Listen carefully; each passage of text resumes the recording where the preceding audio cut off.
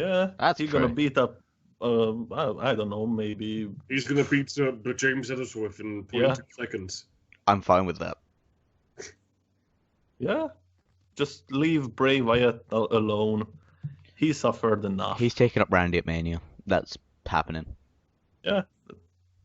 Honestly, for me, the thing that I liked about SmackDown the most was the fact that it felt original. And honestly, even though it's the inevitable, I really didn't kind of want Randy to leave from Bray for a while. But that's because like I wasn't really feeling the feud with Randy and Bray. Like to me, it was just, oh, here we go, another Bray Wyatt feud. That's nice. My name is Bray Wyatt, and for some reason, I'm going after you because I don't exactly know why.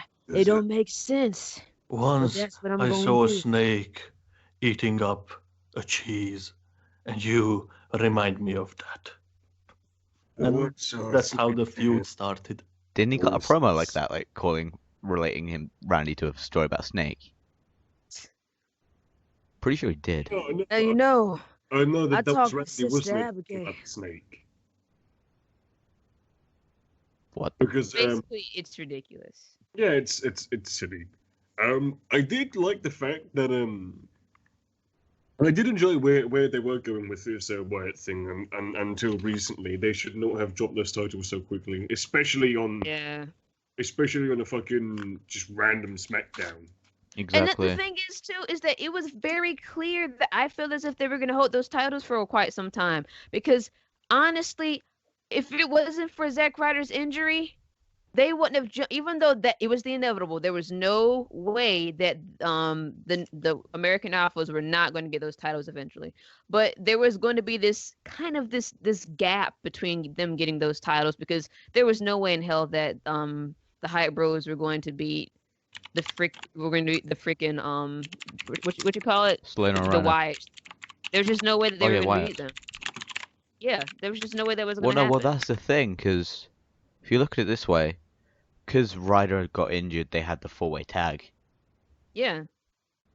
But you think if he got injured, they'd just cancel the match in general, not give it a new match. Do you think maybe they were meant to? And because in that match, I don't think there were any other faces except Rhino and Slater, and they wouldn't want to put the belts back on them. And if they didn't have any plans for Wyatts, they very well could have been set to win those belts. Yeah, well, if you look at it the other way, this was Bray Wyatt's first title, so that's something. Yeah, the but only how reason long why I has he been in say the that company? is because I mean they're so goofy to the point that I just can't see it. You Ryder, know, well, you already know how. I mean, like I know how you feel about Ryder. Sure. Yeah, I'm not sure. How should I address all you guys? Well, honestly, I can address you as Daniel, and I can address you as Joseph. I'm not sure. Should I just address you as Styles? What should I address you Cal or as? Civil will do. I'm filming, by the way. Well, This is Assholes Talk Wrestling. Okay. Well, you can just call me Rye. That's just the easiest way to That's what I'm doing. say it. Yeah. Well, I'm filming the screen, so... Anyway, anytime you want to move on and talk about the tournament, we can. Oh, yeah! Oh, shoot. I'm fully open to it. Yeah, you want to talk about the tournament then? God. So, I don't know why. This isn't exactly a complete big picture thing, but it is something that people have been thinking. Do you feel as if the UK tournament was better than the CWC last year? Yes. No. The Cruiserweight Championship tournament was amazing. It was something that WWE have not done I don't think ever really when it's come to this sort of tournament thing. No, because if you look at it as well, they got two guys who didn't end up signing with the company, in Zack Sabre Jr. and Kota Ibushi. But the thing is, it's just that was it. Since then, the cruiserweights have just been stale because of how poorly they've dealt with them. That's a mix of creative messing up TJ Perkins and them being actually, they did not want the TJ Perkins to win. They wanted Ibushi. But Ibushi wouldn't sign. Yes. So, same with Sabre. Sabre was probably a choice too. That's why TJ Perkins, got to be the champion. And so with the cruiserweights anyway, that was like really like high peak, but then it came crashing down so badly. Well, they got put at hour 3 of Raw. Like, you put them at the beginning of the show to get people hyped. The funny thing is that looking at the cruiserweights have essentially, I won't put them down as bad as the women's division, like before the year of 2016. So but 2 years ago. If you look at the time that they're given, it's because they say, oh, we have this show dedicated to them at around 10 o'clock at their SmackDown, where the crowd's like all tired and stuff, and because they're like, oh, we just watched 2 amazing hours of SmackDown instead of 3 hours of shit on Raw. So we're all tired out. And I think the only thing that I really think that's really good about the cruiserweights is Jack Gallagher and Adrian Neville now. I will give Neville that he's improved. Neville has, and also quick thing, seeing him at the tournament was a nice surprise. Oh yeah, seeing it was amazing, especially also Tommy End. I wouldn't say it was a surprise. It was actually mentioned like some days before the tournament that Neville would show up to capacity. Well, I thought he was would, because they released a new shirt for him. Part of the tournament. What I thought was the big surprise was the fact that they showed one of their biggest NXT recruits taking part in a match, and that's Tommy End. Not sure if any of you guys know at least a little bit about him and his signing. I know a bit. I once saw him in the ring. Well, what I found was the fact that he's now Aleister Black in NXT, but they kept Tommy in for this. Oh well. That was really, really weird to me. The whole name thing, that they didn't change it when it was. I'm not sure if it was just because they were trying to stick with the whole thing of what the UK fans were, used to seeing. Because Tommy End, he's gone all around the UK, participating in different indie developments. Maybe that's just because that's what they're used to seeing. And so they said, hey, let's just, for one night, let's give the guy his name, what the fans are used to seeing, and just let that be it. Because I haven't seen him actually make his on-screen debut in NXT yet. I don't think he did anything at the tapings recently. But as well, apparently, the night of the tournament, he filmed something down in Progress, and then drove up to Blackpool and did the Neville match, which is why he looked kind of tired. So if he did, props to that guy. He pulled double duty, which might also be why he lost, because he was too tired to actually, give 100%. Although the things he did was fucking amazing. Yeah, what he did was good. He got a good showing, and especially being put against essentially the next cruiserweight champion, and having it wasn't match of the tournament. No, that was the final. But it was good. It was a nice space between Pate's semi-match and the final. Yeah, just to keep the crowd a bit occupied. Speaking of the crowd, what would you say would be like your top 3 matches for both the first round and the second round? If you've seen all of the UK tournament, because I did. At first I was gonna watch all the tournament, but then I was like, oh, I gotta watch the rest of the tournament so I can be able to talk to you guys about it. Because I had stopped at Neville versus Tommy End, because from there I was like, because I had mistakenly, looked something up about WWE, and I was like, oh well, there goes it spoiled, Oh, Tyler Bate won, blah blah blah. I saw something on YouTube. This guy went on the WWE YouTube channel, and he moaned on. They released a video that was the next day of Bate's reaction to him winning, and this guy's like, "Oh, thanks for spoiling it." And I'm like, "Well, why are you looking at their YouTube channel the day after the tournament? Of course they're gonna be posting it. It's just happened." Yeah, you can't stop the internet. Yeah, we had top matches in 1 and 2. But to me, it's just so crazy to me. Like this, whenever I hear, I don't know, because I'm 19. I mean, I turned 20 in like March. But whenever I hear about like wrestlers, specifically all the time when I hear about the fact that Tyler Bate is 19, there's also another wrestler who's 19 in WCPW. What's his freaking name? The guy who's like on a consistent losing streak. Yeah, Gabriel Kidd. He's 19 too. He's putting in amazing work. Yeah, he really is. Like, he really I saw is. But the Loaded last week, and he had an amazing match against Zack Sabre Jr. He's had a major match against everybody, but he just I don't think he's really picked up a win at all. That's his story. Hasn't. He's trying to get his first win, but he's going up against guys like Kurt Angle, John Morrison, Cody Rhodes. But I mean, yeah, a friend of mine thinks that they're gonna build him for the titles. But I guess of course, getting back to the tournament, I mean, to me that was kind of surreal for me, and the fact, seeing him, they interviewed him after he won the title and everything, and the guy, I mean, he was, of course, you could tell that was his career highlight. But I mean, at that age, I mean, only 19, I mean, of course, he just won a WWE title, that of course had to be his career highlight. He's the first ever UK champion, and when they make the UK show, he's walking into that with a lot of expectations on him, and if he can pull it off, great. I hope they don't do what they did with TJ with him and just ruin him. I hope he does well. Not only that, but the youngest ever champion. Like, I'm thinking, yeah, the youngest ever champion. Like, the weird thing is that there was someone else who was 19 and won like a tag belt, I think, in WWE. Lance Cage. Who was? Who was it? Who was, Joseph? Lance something, I forget. Yeah, I think, was he part of the French team? That team of French people? I think he was. Yeah, I think it was one of them guys. Which was it? Lance Cage, yeah. Lance Storm, was it? It was Lance Storm? Lance Storm, yeah, Lance Storm. Really? Wow. Yeah. So I guess that all gets into like months and stuff. Screw it. Can't be us getting to that. I don't actually remember.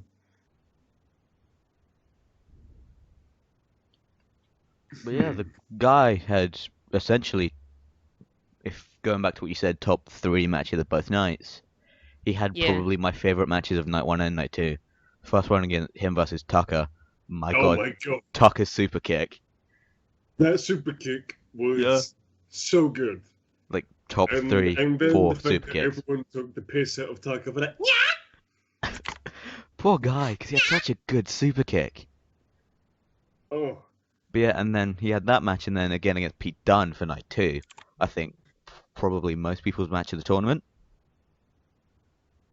If I had to do my top 3, it would definitely be number 3, Bate versus Tucker, number 2, Dunne versus Andrews, and then Bate versus Dunne. Easily. Especially because, especially on the second day, the fact that everyone was cheering for Dunne, and as soon as Dunne faced Bate, how everyone turned on him because of how much everyone loved Tyler Bate. Well, it was before then as well. I'm pretty sure going into night 1, he was cheered completely because he was the guy. Him and Trent Seven, the ones who people thought were going to win. That was the final in everyone's eyes. If anything, that was of course the shocker of the night. The fact that Trent Seven didn't. That was the fact that Trent. Yeah, because he didn't. That was just really weird to everybody. The fact that Trent Seven was like didn't beat. Hey, this guy from ICW that no one really knows because ICW has been around longer than WCPW, but WCPW is the more well-known promotion because it's connected to what culture. Kind of annoyed me a bit was that everyone, when they announced the Pete Dunne, Joseph Connors, and Mustache Mountain going into it, everyone's like, "Oh, WCPW guys," and it's like, no, they've wrestled. Connors has wrestled for over a decade, so 7, and so Dunne's been wrestling for I think 11 years. I'm sorry if you hear that obnoxious dog across the street. He's such a pain in the ass. I can't. But no, then especially since I thought, well, I had money on Trent Seven. Like I lost money from that. Because the guy is pure entertainment. Yeah, you told me about that, about how you lost money. And, because we started talking just after that match. We started talking just after that match, during that, just talking to each other, and I was like, you know what, I feel like Tyler Bate's going to win this, and who fucking won it? Because at that point I thought, well, it's going to be done, and I didn't think Bate was going to get through the quarters. I thought, like, he's had a good showing, but he's 19, he's a kid, he's had barely any time to be shown off. Yeah. I thought the finals. But I guess you could say the same thing with. He may be a kid necessarily, but he still has 5 years of experience under his belt because he's been wrestling for 5 years. And I guess they gave him the Paige treatment essentially. They did. Because if you think about it, they signed Paige when she was 18. They said that normally they would not do that with anybody else. But the fact that Paige at that point was already a 5-year vet, they were just like, come on in, because normally they wouldn't ever do that. Come on in. Well, one thing that surprised me as well was Connors going out in the quarterfinals. I thought he was going to make it through to the semis. Yeah, and this is something that's been annoying me for a very long time with WWE, is the fact that they barely ever show a heel versus a heel. Especially when it comes into a tournament like this. Which is a situation where you can do heel versus heel. Yeah, when you can do heel versus heel one, and it makes sense. And the fact that they didn't go through with it really does annoy me, especially because I feel like Dunn and Connors could have done a really good match. And I'm saying that, and the crowd would have been into that. Because the crowd were backing Connors. Probably through WCPW, but he was acting heel. The thing that bothers me is that some people actually feel as if that Connors is overrated and that people just like him just because, he was WCPW champion. No, that's not the whole thing. Like, Connors is a really great performer. And when he turned heel, like, that was just where, like, everything just bust open and the gloriousness of Connors was just felt. Yes. Well, before he was heel, which is when he started doing the Righteous Killer stuff, I think, he was the special edition, and I never heard of him before he went to doing the Righteous Killer stuff. Right. I'm going to bring attention to the crowd.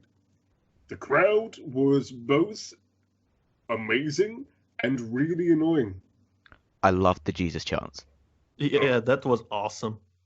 Oh, you mean Saxon Huxley? Dude, I knew those were coming as soon as I saw the guy talking about, well, I like reading books and there's the leafy voice for him. No, I saw that coming when I started following the tournament on Twitter, and it started linking me to the wrestlers, and his Twitter is just Muscle Cat Jesus. Like, that's his Twitter username. Oh, how about when they were singing "Your Head's Too Big for You" when Jordan Devlin was out there? Your head's and too it big is true. He has a big head. He does have a big head. I'm sorry, but that wasn't the first thing I thought when I saw him. And he looks like a Finn Balor bobblehead. I started taking notes through the 2 nights, and just because I knew I'd forget, one of the notes I took when I first saw him was he stole Finn Balor's jacket. Yeah, basically. But the thing is that I'm like, what were people expecting? Okay, you have about pretty much the same haircut as Finn Balor. You are Irish. You got the jacket. You have the same beard. You were trained by him. You have like roundabout the same kind of moves. They're kind of the same height. He's just a little bit shorter. Yeah.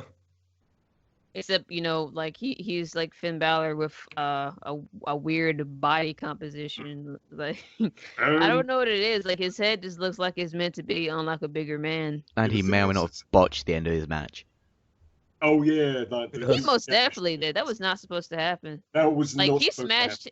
But the thing is that you can't just blame it on the person that does the move. It's also the person that receives the move. You could say that Jordan Devlin was being. I mean, you could say that he was being reckless, but then you could also say that maybe Danny Burch didn't exactly land the way that he was supposed to land. Well, that's the thing, because it's like from the tapes that we've seen and WWE have shown, we don't actually know what cut him open. We don't know if it was the kick or the landing. It was most definitely had to be the kick, because I had looked at it myself, and it wasn't just because sometimes you say, okay, I can't trust the commentator, but in this case, I was looking. I didn't see any blood. I didn't see any cut until after that kick. Yeah, especially in an area like that. As soon as that cut happens, there's going to be blood. No doubt about it. Because the head bleeds faster than like anything. Mm-hmm. The thing is with that is there's quite a there's a lot of controversy about that, but I do feel like Devlin was meant to win that, just not in that way. I think he was meant to have a finish because, in theory, we never saw his finisher. Well, actually, this. Please.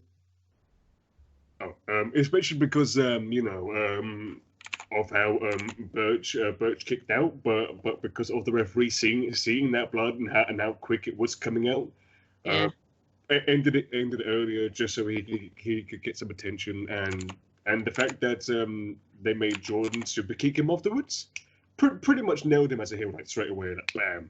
Well, no one liked, even when he first came out, for some reason the crowd just instantly hated him. I don't know what he's done. Maybe that's because he was a heel when he was working other places, and they just know him as heel. I didn't hear any boos when he came out, but as soon as he started to shit talk the audience, there were boos.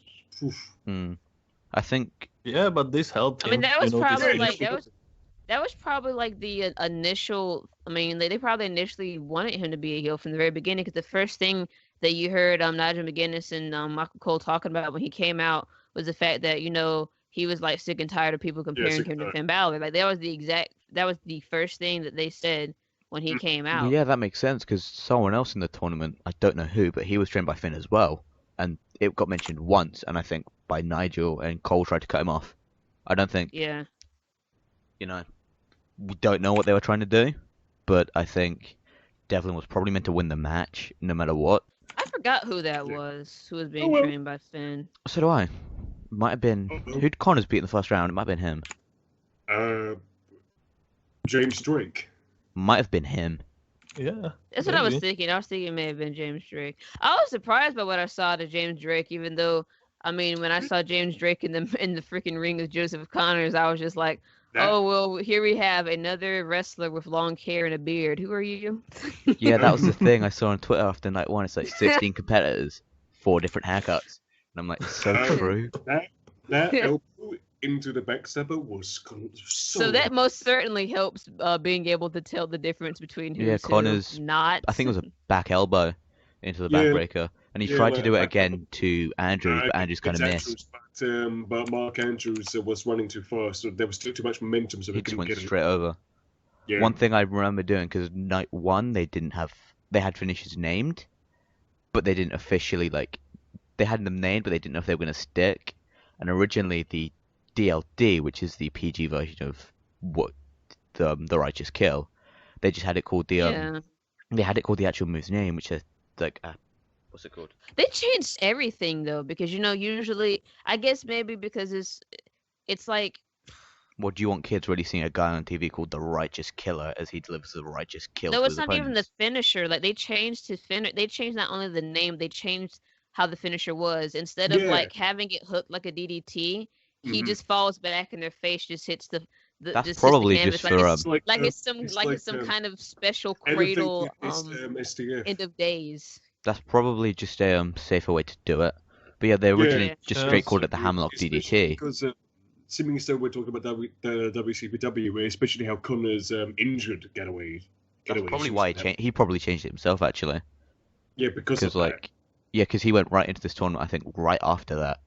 Like, he injured Galloway, did a couple stuff, lost the belt, and then went right into this tournament, essentially. Oh, wow, he was really legitimately injured? I thought that... Yeah, he broke his neck. I thought he got injured somewhere else. No, he did it there.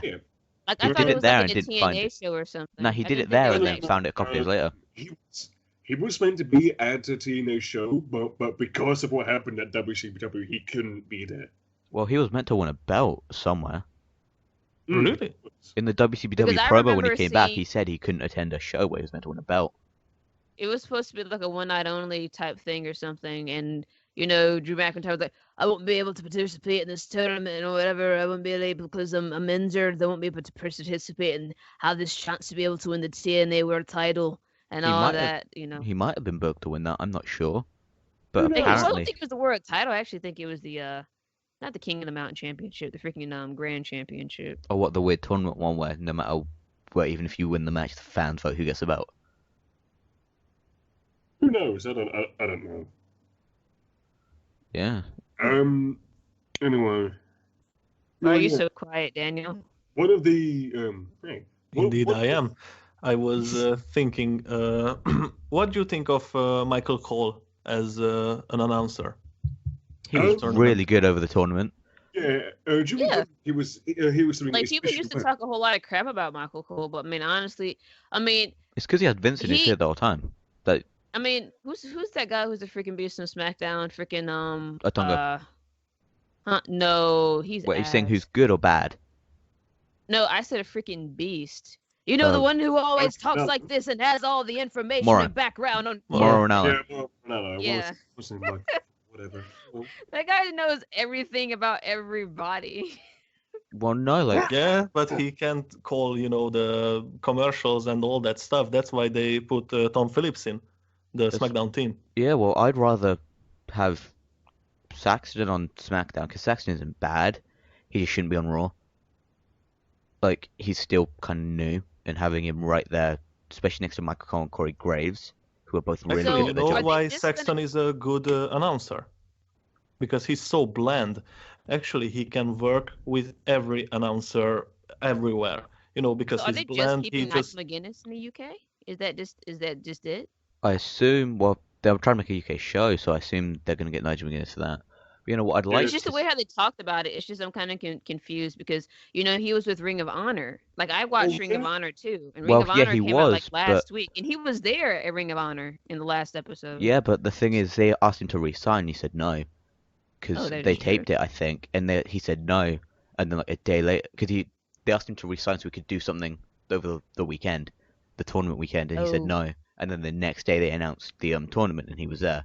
So apparently oh, Ring of okay. Honor aren't happy with him at the moment. Oh well.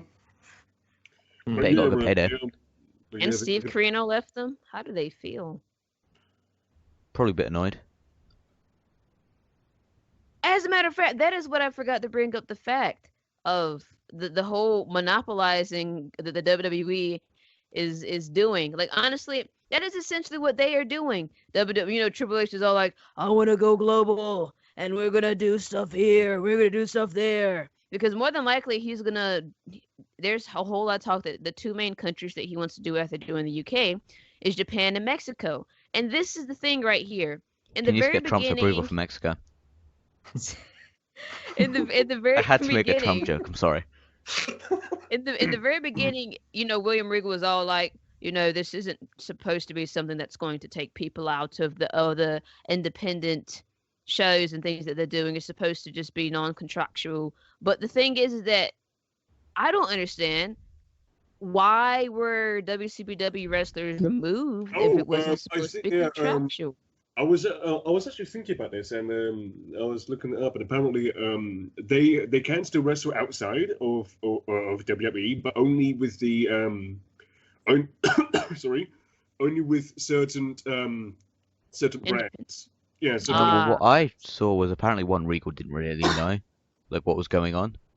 Like I don't think they told him everything, and also because Pacitti asked it, and he probably didn't know who he was, and apparently what it is it's kind of like that, and also they can wrestle outside, but if they were to go with WCPW, they couldn't do something for iPay-per-view or put it up on YouTube because they're making money off it. Like they're not allowed to make money off it. For like ICW because it looks like they have some kind of. ICW and Progress are both partnered with WWE because that's how they got Johnny Gargano and Tommaso Ciampa through Progress. That is true, yeah. And that's the thing. That's the monopolizing right there. That's what I'm saying. Like, I remember the leader, the guy who was over New Japan. He was pretty much like 2016 was like the ultimate beginning of the war with WWE because they took so much of their biggest talent. They took the freaking face. They took Shinsuke Nakamura. And honestly, they took two. AJ Styles, who was the leader of the Bullet Club. Carl Anderson was the second leader of the Bullet Club for a little while, and Gallows, and then Shinsuke Nakamura, who was their John Cena for the longest time. And so when you see it like this, you have your own little. No one knows about too many big promotions in Mexico, but there's promotions in Mexico, there's promotions in Japan, and let's just say, okay, eventually WWE decides, hey, we're gonna do this tournament in Japan, and we're gonna have our own weekly show in Japan. Everyone's biggest aim, honestly, everyone knows professional wrestling. You think of professional wrestling, you think of WWE, WWF, whatever the hell it was called when you were a child. WWF. Ain't likely. So let's just say, okay, WWE has their own show in Japan. People are going to want to sign to be a part of that tournament and want to wrestle for WWE in Japan. Well, apparently that's why they did. And I'm pretty sure those contractual obligations will be like, you can't wrestle for New Japan. Probably, yeah. But apparently that's why they did Beast in the East, because Japan was getting so big. They thought, oh, well, if we bring our brand over there and host big matches there, and that's why they put Beast in the East over in Japan? Yeah. Yeah, because if they hold big matches over there, they're going to make more money than in Japan. You're kind of glitching in and out. Okay, it's not just me then. Yeah. Might be my internet.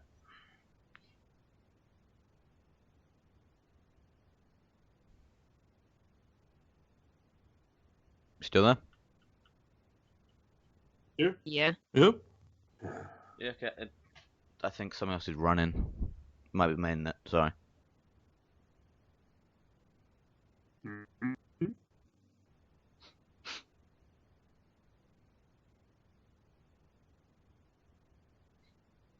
Why the silence? I don't know. What are we talking about? I was We were saying just talking about Japan. So I was yeah. saying that's why they put Beast in the East and the NXT title match there to make more money than New Japan.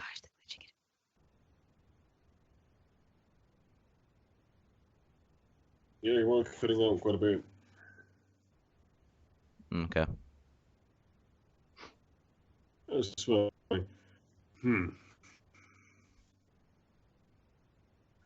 Oh no, this is really something that will come down to the fans. Because Yeah.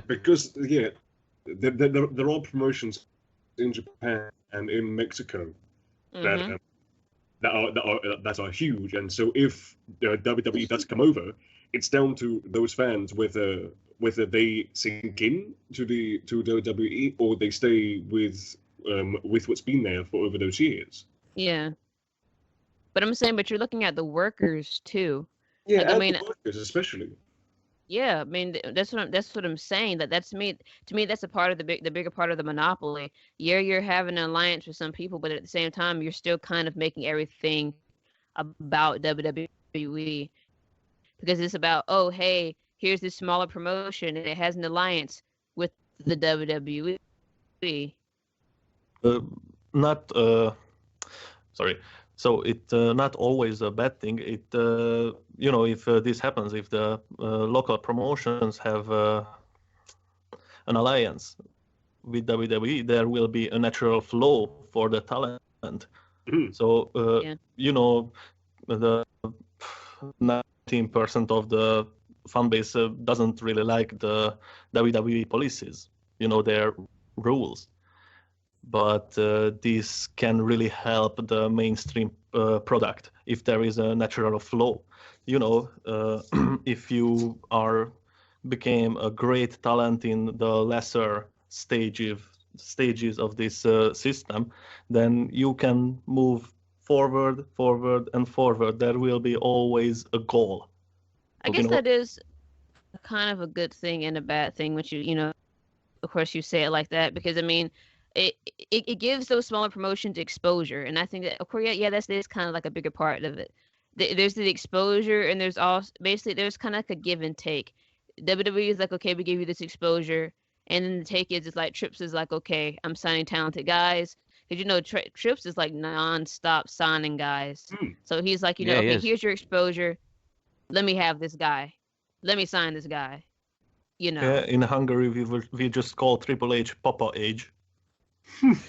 Fair enough. So yeah, he is trying to be the granddaddy of all the talent. Wait, what did you see? They renamed Damo now. This is kind of his job right now. What's Damo now? Like Killian Dime or something? I think that sucked. I just got so used to his freaking name. It's something lame. What's his new name? Killian Dame or something. Well, the thing is, with all these guys change their name. Something, yeah. Yeah, well, because people but speculate. But the thing is, when they do, Killian Dane. That's what you said it was. But the thing is when they allow people, when they make people change their name, they still give that flexibility to their to the wrestler. Well, as well, some people are speculating that Tommy End might have chosen because he can keep a pro wrestling tea shop open. Same with Chris Hero, who's now gone back to Cassius Ohno.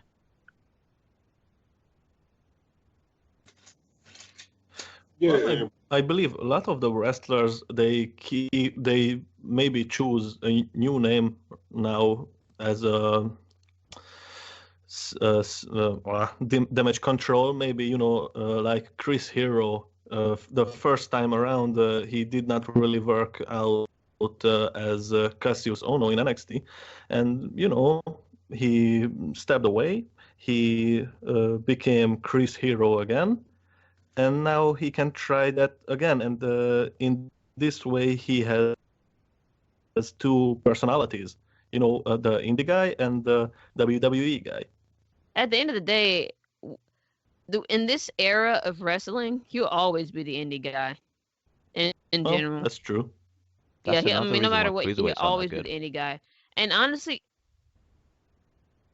I mean, I feel like more than anything, even though Triple H just have a big deal to do with this, is that, I mean, Daniel Bryan, it really just does feel like Daniel Bryan, he's the one who really set the foundation in general for all of these indie guys.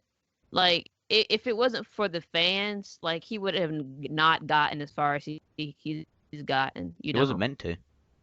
Or any other of these guys getting the opportunity that they're getting now. Yeah. Well, to be fair, I don't know. You may like or may not like this individual, but CM Punk actually in his last years did a huge favor for the smaller guys. I mean, yeah, him too. I mean, I would say both of them. Both of them are still big indie guys at the end of the day. Both of them. Yeah, Punk. I'm sorry for not mentioning Punk, but yeah, most definitely I would say both of them. Indies. The only reason why I say Daniel Bryan more than anything is because Daniel Bryan's even smaller than CM Punk. CM Punk is, of course, I think CM Punk is but at 6'0", 6'1". Looking at CM Punk's boots, he's probably built up about 2 or 3 inches, so he's probably really like 5'10", 5'11". You know, the guy here from another country, we don't use inches. Huh? You know. He's Hungarian. Oh, sorry. No, don't worry, I used to it. I don't know how to say it. Was it in freaking? Is it supposed to be in centimeters or something? I can't remember which one it's supposed to be. Yes, indeed, meters and centimeters. I can't say it in centimeters. My conversion is trash. I'm in school and I don't know conversions. Like, I know how to do the conversion, but I don't want to. Yeah, sorry, I was just me. So, you were talking about CM Punk being taller than Daniel Bryan. Please continue. I mean, yeah, that's just pretty much it. CM Punk is taller. Daniel Bryan, 5'8". He said it in the beginning of the year when he retired. I mean, wrestling height's not accurate. Everyone should already know that. I mean, come on, man, get your fucking life. There's no way that Xavier Woods is 5'11". I'm sorry, his boots are like 4 or 5 inches tall. Like, they are the size of a freaking woman. He wears Iron Sheik boots, doesn't he? At the most, he is probably 5'7" or 5'8". Yeah, probably. 5'9". I'm talking about Xavier Woods. Like, you see the size of his boots, right? Like, that is just so he doesn't look so short beside the other members of the New Day. New Day? Sucks. I don't know. That's also another thing. They need to do something with the New Day. This Titus thing's not working out. What else can they do at this point except go for the titles again? And no one wants to see that. I mean, honestly, there's just so many things on Raw I don't like. Like, it's almost everything. I already freaking told, jeez, I'm so terrible with names. What did you tell me to call you again? Cal, yeah. Or I already Civil, either one. told Cal. Raw put me to sleep yesterday. The last match that I saw, I ended it off on a good note. I ended it off with the Club versus Sheamus and Cesaro, and I watched anime from there. Oh, I watched it when I got in. Well, actually, you choose the right thing. I don't know. That was a match that kind of annoyed me.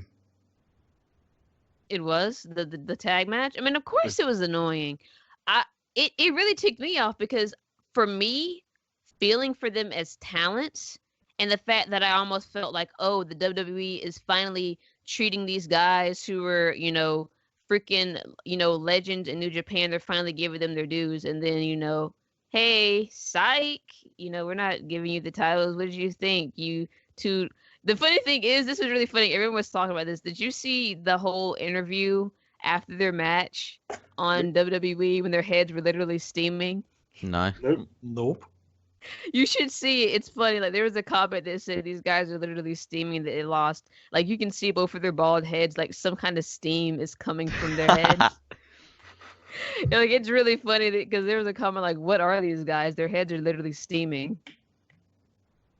That's what happens I when think you I'd lose be a belt. steaming if something was taken away from me like that. I think they're just waiting, probably for Balor to come back, and then now like throw them at full force. They should really do that.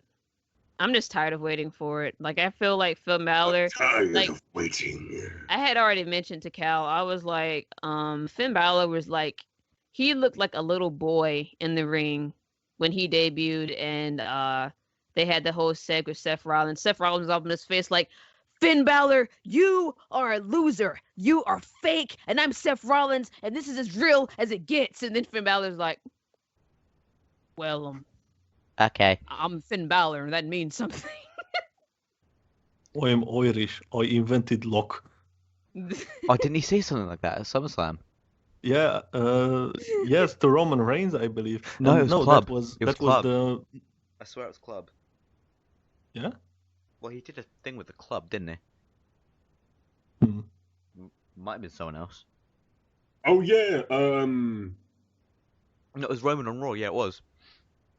No, I believe it was against Roman Reigns. It was Roman on Raw. The promo before they went out. Roman's like, "Good luck." He's like, "I don't need it. I'm Irish." Yeah. Yeah, and then Roman said, I'm Samoan, enough said. And then Reigns went and got pinned clean by Finn Balor. Yeah. They were really pushing him. It's really sad how that whole injury thing happened. It really was. Well, you know he's going to get pushed straight up when he gets back. Yeah, as soon as he gets back, Balor being there we go, champion again. Woohoo! Either that or one thing I'm saying is if he can't get back in time before then, he might end up facing Undertaker. And I'm fine with that. I really hope Demon versus Dead Man. Yeah, but still, I believe Taker needs someone who can at least pick him up, help him with his moves. And Balor can. I don't think so. He probably could. Like, yeah, I know Balor is the guy who, go to the gym and look like the guy next door, but think of it like this. Balor has had matches with Samoa Joe. Enough said. The thing is yeah, but Samoa Joe is in his peak. Yeah, but I'm pretty sure Samoa Joe weighs more than Undertaker. Yeah. I'll be shocked if he doesn't. Actually, I can go check if you want. Yeah. I mean, well, Undertaker is taller, so he's gonna weigh more. No, it doesn't work like that. So I didn't think it would. Because already, their build heights are like. Oh, right. Their build heights and their build weights are not accurate. Yeah, but okay, so Samoa Joe's build weight is 127.9 kilograms. And the Undertaker's is 136, so it's not even that much of a difference. Like 10 kilograms. 10 kilograms. And that doesn't weigh that much. Balor could probably lift Undertaker up. Easily. Especially because Undertaker is of course taller, and that means it would technically be easier to lift. Yeah. Because it's more spread out. Yeah, it's more spread out. Samoa Joe is very midsection heavy. He is a big boy. For no reason. Indeed, he is. Whatsoever. Yeah. Right. The thing is if Finn Balor and Undertaker do have a match, I kind of feel like that the entrance would take longer than the actual match itself. Oh, what you mean, like Brock Lesnar Goldberg? Yes. Yeah, basically. I don't think it would, but as well, if they do that, I only imagine Balor winning. Yeah. I don't see a situation where Undertaker wins. Yeah, if the rumors are true, Taker that this is his last run, and as an old school guy, Taker going to leave the ring on his shoulders. I really do hope that Undertaker retires as champion. That is like my one wish. I want him to. He wins the belt. He wins the belt at WrestleMania. He puts it on the ground, puts his gloves down, and walks out. And just that's it. We don't see him again. That's it. Until next year when he's inducted into the Hall of Fame. Yes, and then he does the weird omen thing. He goes, "Rest in peace with one sound." I think it's so funny. My friend holds this grudge against Undertaker. Why? Because Undertaker Undertaker has more control over what happens in his matches more than any guy in the WWE. Because he's been there for who knows how long. I know, but the thing is that he holds that grudge because even though Shane ended up being the commissioner of SmackDown at the end of all of it, he still holds a grudge because he didn't let him win.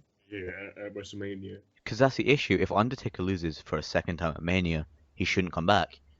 Yeah. He shouldn't. The next time he loses at WrestleMania is his last match.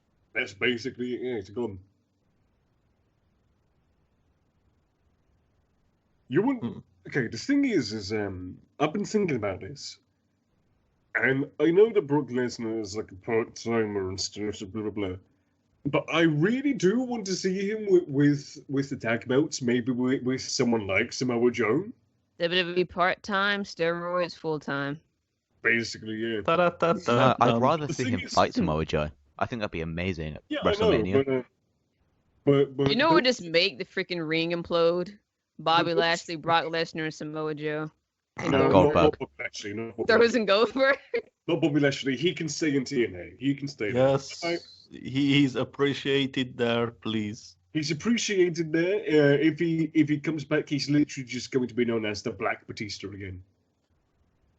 I wouldn't say that because, I mean, Bobby Lashley back in the day, he wasn't as good in the ring and he wasn't as good on the microphone. Like, I remember whenever... Wasn't as good, I would simply call it terrible. Disgusting. I mean, yeah, he's, improved drastically. I that's just, I feel like that's the same thing with EC3. EC3 was just generic Derek Bateman, and now he's a freaking beast.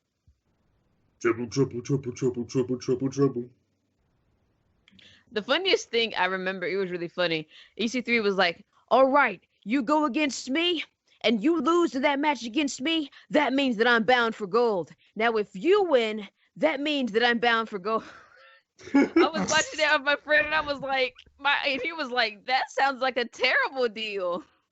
I wouldn't agree to that. It was like that SmackDown where Brian botched the line and he said, if Apollo, we mean, oh no, he's botched, not the Apollo Creed thing. It was for their match about a #1 contendership, and he said if you lose, he was meant to say something like whoever wins gets a title shot essentially, but he wound up saying something like if you lose, you get a title shot, but if he wins, you both get a title shot. So it was like one of them got a title shot either way. So it was like, well, what's the point in the match? But the funny thing was with the whole TNA thing. The funny thing was the facial expression that freaking what's his face, dummy, yeah, that guy. I can't remember his name. It was the funny thing was his facial expression. Like, dude, that sounds terrible. His eyes are freaking huge. But like that, that's not the first time that someone's completely like botched the line. Bayley botched the line too, I think like a couple weeks ago when she was talking about how she was an underdog, blah blah blah blah blah. It wouldn't be the first time somebody counted her out. She said something stupid. I can't remember what she said. Well, but she's meant to play a kind of like, yeah. People are gonna, mess up on their lines. There's no doubt about it. Yeah, just think about Mick Foley. When he tried to ban Chris Jericho from the Jericho match. Or when he tried to get a cheap pop and he said the wrong city name. Said the wrong city name, yeah. And now he has it written on his hand every time as a joke. Did Lana intentionally say America when she was like, was she actually in the UK? Yeah, they were in Canada, I believe. Canada. Every time when I read this, every time they say USA, so I think it's intentional. It generates heat. Either that or she's just really, really dim. Well, I mean, she's an American playing a Russian who's also blonde. Do you know more about Lana? You know that she spent almost her entire life in Russia, right? Oh well. Yeah, she came to she didn't come into America till she was like 17 or 18. But she's also married to a Bulgarian man that pretended to be Russian for a while. Well, yeah, but that's because the Americans are dumb. Bob was like Russia's pride. I'm pretty sure in NXT he was Russian. Every single time he came out. Talking about Vladimir Putin. I'm like, man, get your life. You're Bulgarian. Like technically, it's more fair to call Lana Russian. It's a heck of a lot more fair to call Lana Russian than it is, and even the freaking actual person herself, CJ Perry. I mean, also she's extremely talented. You should look at her other stuff. But you've seen her other stuff before, right? Her acting and her dancing. She dances like a freaking fool, man. She like was naked at one point. Yeah, she's really, really good. I haven't seen anything, but I've seen those pictures. You know, for research. Boys being boys. No, it's like I looked up the word Lana, and it was the first thing that showed up on Google. I'm like, oh, I'm interested now.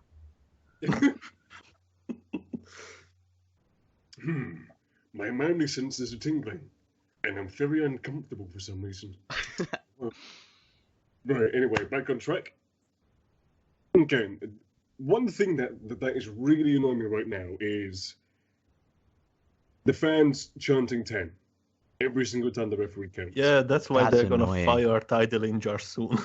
No, he's gonna. They do that in WCPW too. I don't understand. Like, because I Ty's guess got the it's 10 just, thing.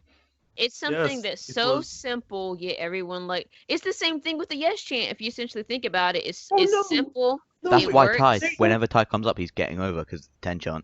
There's no way about it. Yeah.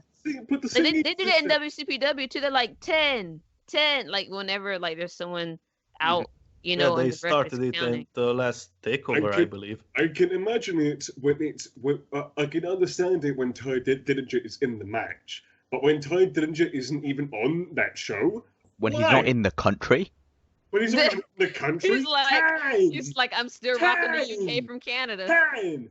Although I say this, but if I was in that crowd, I would be chanting along. Yeah. So same. Because it's like you're at a live wrestling yeah, crowd. You're going to be at sat there the doing the live 10 wrestling thing. and It is not even that too. It's just that, I mean, honestly, I'm not overly fond of Ty Dillinger. Like, NXT is trying really hard to build new top guys, even though they already have vets that they can work with. Like, Ty Dillinger's, he's average. No, That's it. He's done some really good things actually.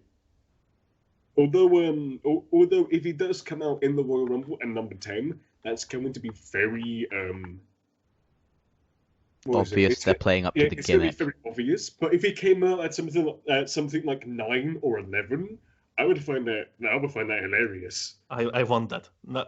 Never in my life I knew I needed something If Ty this came much. out at 9, I would feel like that's Vince slapping him in the face, saying, Yeah. "Screw you, you small, skinny guy." No, you know how everyone Vince likes- changes gimmicks and That's still stuff. 2 10s. 10. No, I'd like him to come out at 11 and for the rest of the match just kind of seem slightly annoyed that he didn't come out at 10. Yeah. Yeah, and then start. Fuck all, why? Yeah, and the next night they can start, a promo about it, and then Michael McGillicuddy comes out and. No, just have his whole thing. He's Curtis Axel now, isn't Yeah. he? But no, what I think would be funny is they had brought Dillinger out at 11, and through WrestleMania, his feud was because he didn't come out at 10, and it's with the guy who came out and at he 10. was feuding with the guy that came out at 10. Yeah. Just do it that and admit that it's a That would be complete so joke, petty. but That it would be sounds like good. something that Raw would It write. sounds so stupid, but I want it to happen. Like, because Although, Ty would make it good. Speaking of the Royal Rumble, as we were stating earlier, 3 NXT superstars are rumored to appear in that Royal Rumble. Ty Dillinger is basically like guaranteed. And Samoa Joe. Yeah. Samoa Joe, But apparently. that's like main roster debut though, more than likely. Yeah, Samoa That's Joe. why he's dropped the title, and the He wasn't title at the has tapings, was stayed he? off of him. And apparently Shinsuke Nakamura as well. Just for the Shinsuke, I Japanese. only imagine seeing doing either a one-off, because I don't Yeah, see him like- dropping the title to Rude.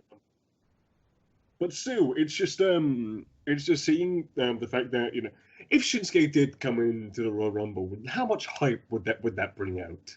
WrestleMania would be set, Oh, WrestleMania would just be and I think the Although, WrestleMania match would wind up being AJ Styles Nakamura. they're going to NXT because of Shinsuke. Bobby Roode versus Shinsuke Nakamura, the battle of the entrances. That sounds like something like Vince would do. They'd be like, screw you, NJPW. We're gonna take that match, make it even better. Shinsuke Nakamura versus AJ Styles. Well, no, because Vince wants to try and top Russ Kingdom 11's Okada Omega. Kenny Omega versus- Trollolo, Trollolo, we took your best talents. Anyway, who do you think is going to win between Shinsuke Nakamura and Bobby Roode? I can't see Roode getting the belt this early. Well, I mean, not from a dominant force. Kevin Owens got it in like the second week he was there. That's because Triple H was like, he was best friends with Kevin Owens or something. Like, they were really good. But the thing is I cannot wait for that match just for the entrances. That is going to be like. How much do you want to bet half the crowd is going to be doing the Nakamura thing and the other half are going to be doing Glorious? Going to be doing, yeah. It's going to be so good, and that's the thing. Like, they're both going to sing along at the start. They like the crowd is going to sing along to both the themes, and I cannot wait for what they have in store for those two, because if they can top the choir, that'd be amazing. If they could do something better than all those fucking violinists that didn't even look like they were even fucking trying, then fantastic. That was at Toronto, wasn't it? Yeah. Yeah, the one at Brooklyn was good. I think it was Brooklyn. Yeah, he was amazing, especially because it was one person, and also he was actually doing it. Everyone else, you see, they were just putting a stick onto string. I swear to God, every single one of those violinists literally looked like it was just, I want this over with I just want my pants up. I just hope that they do something fantastic. It will be glorious. I'm sure of that. Well, I mean, Roode already saw Shawn Michaels lowering from the roof thing, so. Yeah. Oh no. Oh, could you imagine that? Just fucking Bobby Roode on one of the sit points, but it goes slowly, so it's like he's descending down like Jesus. I only imagine them doing that if he ever went up against Jesus from the UK tournament. Yeah, that'd be amazing. The Battle of Jesus. I've been seeing a comment on some of the Bobby Roode theme stuff. It's just like his WrestleMania entrance is the fact that he'll come out walking on water and chewing the sick. That would be glorious. Yeah, a while back, when the Undertaker and Bray Wyatt match was at WrestleMania. And Bray got the thing. Oh, the scarecrows, yeah. Yeah, to walk up to them. Roode can do the same thing. There's a guy with the blindfold around. Roode just walks over him, glorious, and the guy just take it off. I can see again. Yeah, and then he goes to the next and the next. And the guy that can't walk just has his. Goes to the next person who's in the wheelchair, touches him. The guy stands up and just fucking throws the wheelchair away. Someone there. So much. Oh my God! I can see Roode probably wanting to do that actually. There's so many things. I'm like this is like the first time in a long time where I'm so hyped for the Royal Rumble. Where I'm so hyped for the WrestleMania. Yeah, because there's other people who can win the Rumble now. Yeah, who can win it? Like Undertaker's in it, Goldberg's in it, Lesnar's in it. Who else is in it? A lot of people in it. Strowman, Ziggler. Although Ziggler's not going to win it, that's for sure.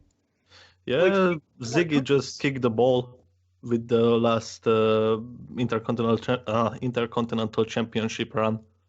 Well, he is really bored. Kofi's back in the Royal Rumble, so I can't wait to see what he does to escape being eliminated this time. Who's back in? Kofi. Oh, it is. Oh, yeah, because all New Day are in, aren't they? Yeah, I really want to see what he does this year. Like, if he can top anything he's done. Just quick, I want to say thank you, Rai, for showing up. She had to go quickly. There's stuff she's got to deal with. Yeah, thank you for showing up. It was lovely. I'm not ending this. Don't get ahead of yourself, Hungarian man. I'm going to you. Yeah, but I do gotta go to the toilet quickly, so keep talking. Yeah, like Kofi Sports is always something that I'm looking forward to. Because there was that one time where he got thrown all the way over the bloody corner post, and kept his feet on the stairs. He got thrown into Rusev that one time, and Rusev threw him on the barricade and just started kneeing him a new one. Yeah, and Adam Rose's posse. Yeah, Rose's posse, the New Day helping him when they were heels. Him jumping onto the announce table and NJBL giving him his chair. Yes. Kofi is amazing. Kofi, the things Kofi can do is so cool. And thanks to the New Day, he started to develop some personality. Oh yeah! Finally, that time machine segment was amazing. By the way, I loved it. It was so good. Going back to his old theme song and him pretending to be Jamaican again. It's Jamaican sensation is back, yeah. No, and then Woods, I believe Woods was who thought him. We did not go back far enough. Come. Far enough.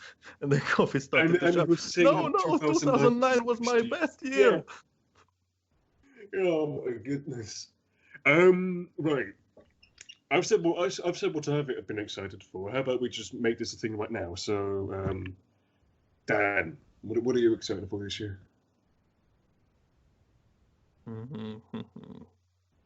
What? Sorry, what are we talking about? Like things we're excited for, like how I'm saying, like I'm super hyped for Rumble and I'm super hyped for Mania. Well, I get hyped for Rumble every year. Yeah, the Rumble is the only year I didn't get hyped was the year Batista won it. The past 3 years for the Rumble have been horrible. Batista winning just last year wasn't it for me. Then Roman, the finishes were really, really bad because we knew who was going to win them. But the Rumble match was good. The match itself has always been good. It's just that the ending, the booking is always terrible.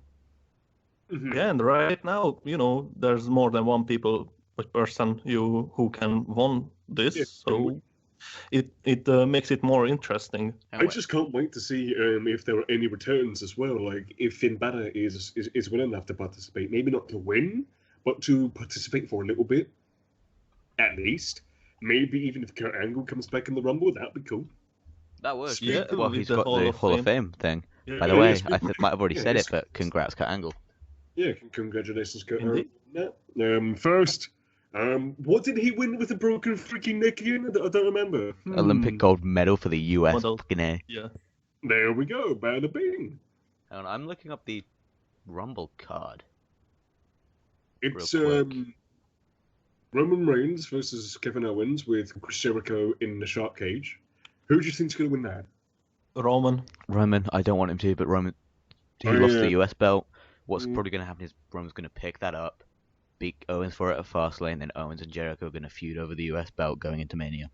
Or Jericho can gift something for Owens in the shark cage, much like how Paul Ellering did. Yeah, Paul Eldrick. Although maybe this time not have Kevin Owens, have the whole thing slip out of his hand and nearly kill someone. True. That would be nice. AJ Styles versus John Cena for the WWE World Championship. I honestly think AJ Styles is going to keep that until WrestleMania. I don't think he will, because Ticketmaster accidentally released a promo image for Elimination Chamber, and you know how all their matches have been now since AJ's had the belt has been booked AJ Styles versus. The new one said Cena versus Styles 2 out of 3 falls. So. Unless they change plans. And, now they build up Cena for the Ric Flair record, the 16th time. As well, I've got the match card. There's 5 matches now, 4 of which we can essentially speculate 4 or 5. Next is Bayley versus Charlotte. Who do you think is going to win that? Charlotte. I don't think Bayley's going to win the title so William. Yeah, they're going to keep that for WrestleMania. Bayley's taking the belt at WrestleMania. Bayley will take it this year, then next year we'll get the 4 horsewomen Fatal 4-Way match. Maybe. I don't know. Becky is still on SmackDown. Well, we're probably going to have a draft. I'd assume we're going to have a yearly draft again. Oh, yeah!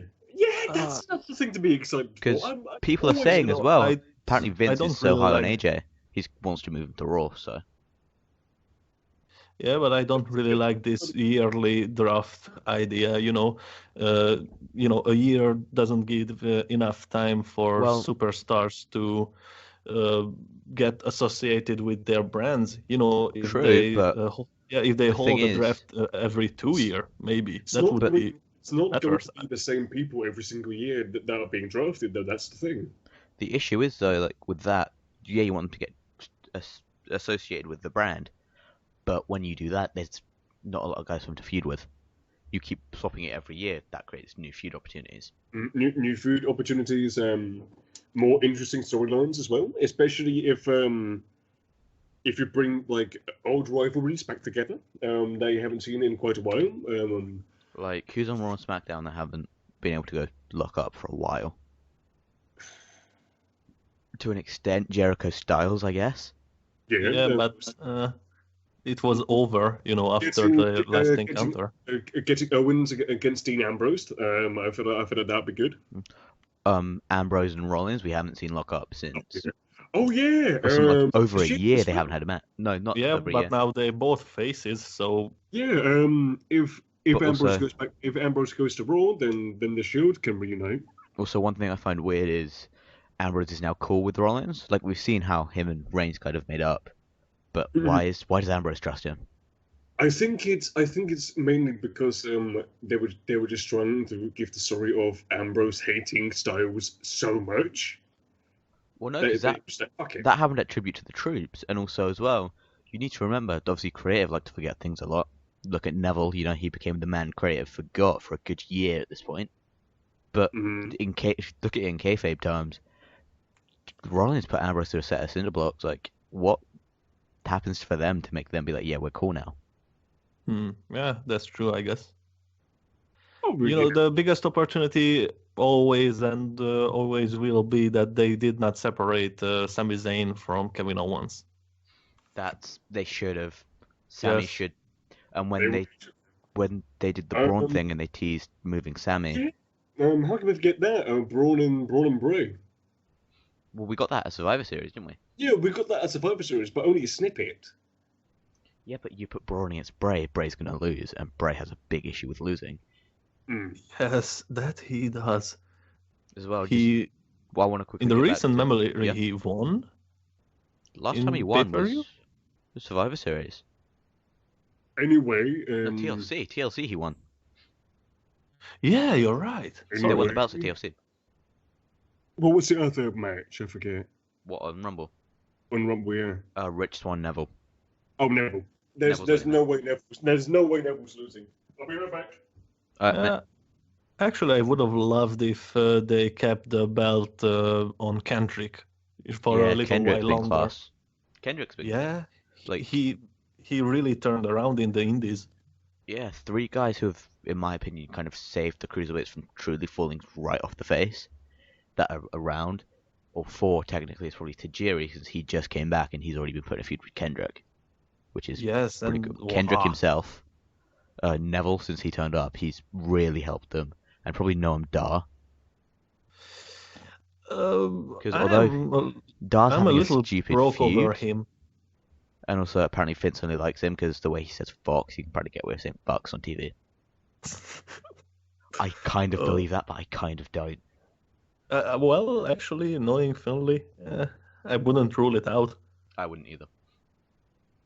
Yeah, and I don't know, they show it in the UK tournament. He did not get older. True.